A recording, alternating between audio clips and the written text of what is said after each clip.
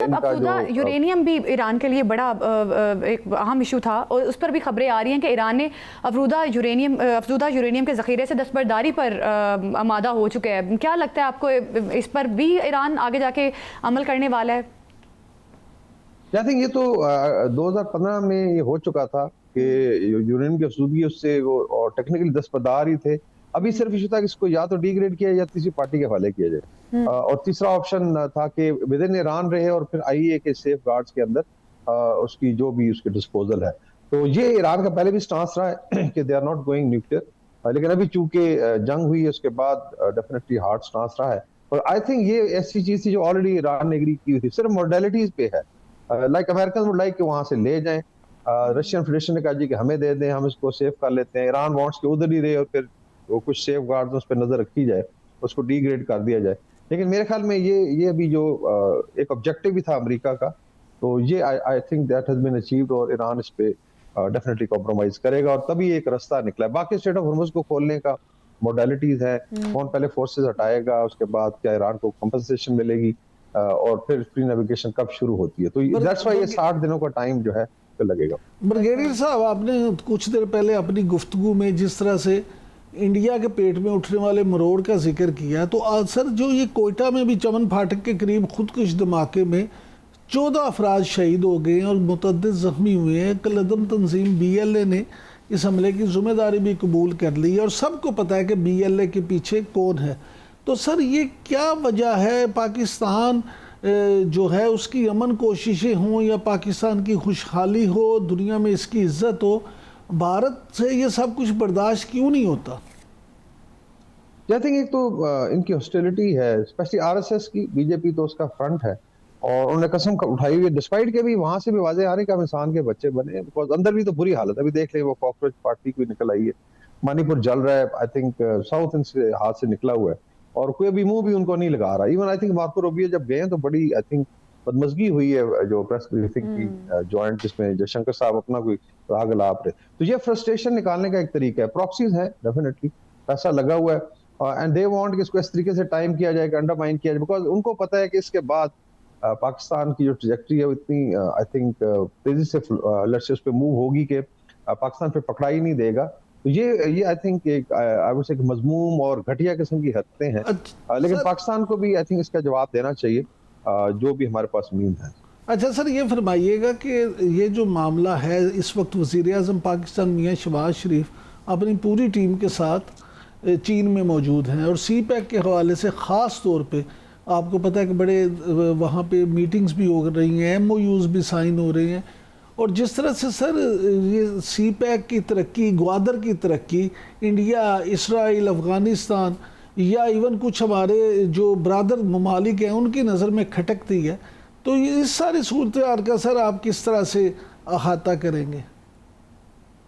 I think जो last year मई और फिर इस साल जो पाकिस्तान के दो बड़े I think I would say कि टर्निंग पॉइंट्स हैं साउथ एशिया में। उसके बाद पीपल नो इट कि इंशाल्लाह CPEC 2 के लॉन्च होने की भी खबर है और शायद प्रेसिडेंट शी भी विजिट करें। मतलब एक ये भी खबर थी कि शायद end of the year, but it's not very sure. इस तरह प्रेसिडेंट पुतिन की भी खबर है कि शायद वो भी आ सकते हैं इसी स्टेज पे। तो इसका मतलब है कि पाकिस्तान का जो लेट्स से स्टेचर है वो इतना बढ़ गया है कि अभी ये जो आई थिंक डिवाइसिव टैक्टिक्स है ये पीछे रह जाएगी। गल्फ भी आई थिंक इन लाइन है, अभी सिक्योरिटी आर्किटेक्चर बन रहा है, उसमें पाकिस्तान का लीडिंग रोल होगा। तो अरेबिया, तुर्किया, पाकिस्तान, कतर और शायद Egypt and may be later on Iran अगर एग्रीमेंट कर लेता है non aggression pact with Saudi Arabia, तो ये खित्ता बहुत तेजी से डेवलप होगा।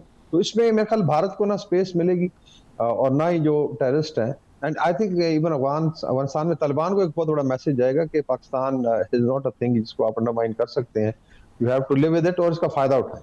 तो आई थिंक ये दौरा भी बहुत बड़ा बिकॉज इसमें 75 इयर्स की ब्रिगेडियर साहब, पाकिस्तान इस वक्त खित्ते में लीडिंग रोल है पाकिस्तान का, लेकिन जो इंटरनल इश्यूज हैं वो भी आपके सामने हैं। BLA बहुत एक्टिव है, दहशतगर्दी जैसे मसाइल, इनको भी साथ साथ देखना बड़ा ज़रूरी है। इसके लिए आपको क्या समझते हैं, क्या करने की ज़रूरत है पाकिस्तान को ताकि सिक्योरिटी चैलेंजेस जो आ रहे हैं इनसे निपटा जा सके? इस पर भी अपनी राय ज़रूर दीजिएगा।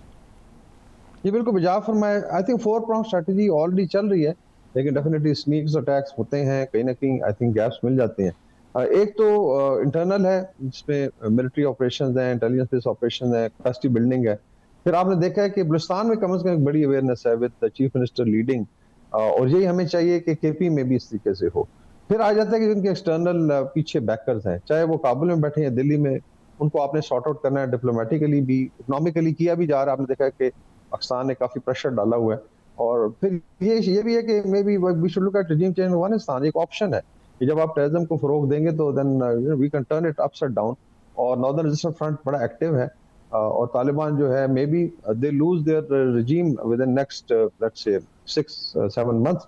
तो फिर ये खुद ब खुद जो है आप कह लेंगे टेररिज्म की फैक्ट्रियां वहाँ बनी हुई हैं वो बंद हो सकती हैं। But it's a long fight, और मेरे ख्याल में भारत को भी ना सिर्फ एक्सपोज करने का टाइम है, बट ऑल्सो इनको जवाब देने का टाइम भी है। पाकिस्तान हैज द मीन, इसमें डिप्लोमेटिक भी हो सकता है, इसमें और भी बड़े मीन्स हैं, ताकि इनको फिर टिट फॉर टैट जवाब दिया जाए।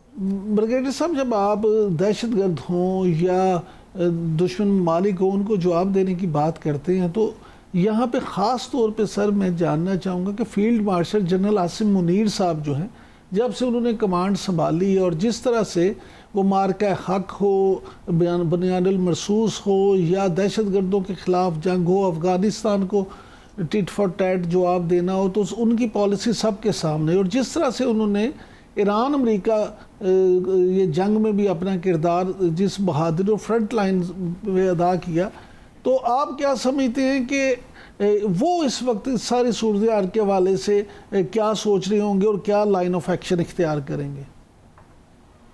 आई थिंक एक तो उनकी बड़ी प्रोएक्टिव पॉलिसी रही है in dealing with neighbours, also terrorism है। और आपने देखा है लास्ट ईयर भारत के साथ, अफगानिस्तान के साथ अभी एक रूटीन है कि जब हमारी मर्जी फिर जाकर हम स्ट्राइक भी कर रहे हैं। इवन ईरान के साथ जब हुआ था, पाकिस्तान ने फिर हाथ अपना रोका नहीं था। तो एक ये आई थिंक एग्रेसिव पॉलिसी है जो मिलिट्री डोमेन में है, और ये बड़ा अच्छा हुआ है क्योंकि पाकिस्तान को शायद अपनी कैपेसिटी का पता ही नहीं था। तो लीडरशिप से आई थिंक बड़ा फर्क पड़ता है, आप देखें जब से आए हैं। दूसरा आ गया जो आई थिंक मिलिट्री डिप्लोमेसी है, जो अनप्रेसिडेंटेड है, जिसके आई थिंक समरात इंशाल्लाह नजर आएंगे। इसके अंदर अपना हार्ड वर्क, उनकी टीम्स हैं, फिर GHQ है, एमओ डायरेक्टरेट है, इंटेलिजेंस है, फिर उनकी एक बड़ी अच्छी केमिस्ट्री है विद पॉलिटिकल लीडरशिप। अभी आपने देखा शहबाज शरीफ साहब ने उनको प्रेज किया क्योंकि प्रेसिडेंट ट्रंप ने उनको कॉल में लिया था। तो ये I think this is unprecedented, और ये शायद वक्त की जरूरत भी है आजकल के दौर में। You can't be specially Pakistan में जो आर्मी चीफ है या चीफ ऑफ डिफेंस फोर्सेज है, वो रूटीन से हट के काम करना पड़ता है, और उसमें आई थिंक उनकी अपनी पर्सनल एफर्ट और विजन भी शामिल है। बिल्कुल सही, बिल्कुल बेहतरीन लीडरशिप की जाए, म्यूचुअल डिप्लोमेसी पर काम पाकिस्तान तेज़ी से कर रहा है। बहुत शुक्रिया आपका। ब्रिगेडियर रिटायर्ड वकार खान साहब हमारे साथ मौजूद थे, इस मामले पर हमें बता रहे थे। अभी वक्त हुआ एक शॉर्ट ब्रेक का, ब्रेक के बाद बात करेंगे। एक तरफ ईरान अमरीका मुआहिदा, दूसरी जानिब वाइट हाउस के बाहर फायरिंग हो क्या रहा है, इस मामले पर बात करेंगे। Stay with us.